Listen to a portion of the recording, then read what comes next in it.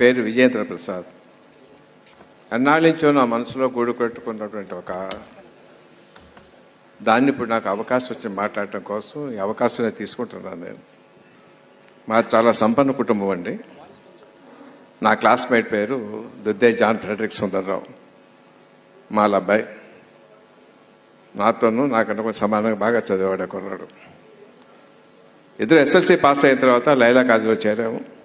మా నాన్నగారు అబ్బాయికి ఆర్థిక సహాయం చేశారు. ఆ రూమ్ బయటగా పెట్టారు. అంటే మా నాన్నగారు పరమేక్షత లేదు. నాకు తెలిసి ఎప్పుడు నేను తప్పు చేయలేదు. కానీ నా తాతలు ముత్తాతలు వాళ్ళు నోటితో చెప్పలేటువంటి భయంకరమైన ఘోరాలు చేశారు పరమక్షతతో. నోటితో కూడా అది తలుచుకున్నప్పుడు నా మనసు సిగ్గుతోటి అవమానంతో కుంగిపోతూ ఉంటుంది. ఇన్ని తప్పులు చేశారా, ఆ వంశంలో పుట్టేనా? But I own it. అయ్యే జీన్స్ నాకు ఉన్నాయి. వాళ్ళ ఆస్తులు నేను అనుభవిస్తున్నాను. ఆ పాపంలో కూడా నేను భాగస్వామిని. సో దాని గురించి మీ అందరి ముందు తల వంచి వినయంగా నమస్కరిస్తున్నాను.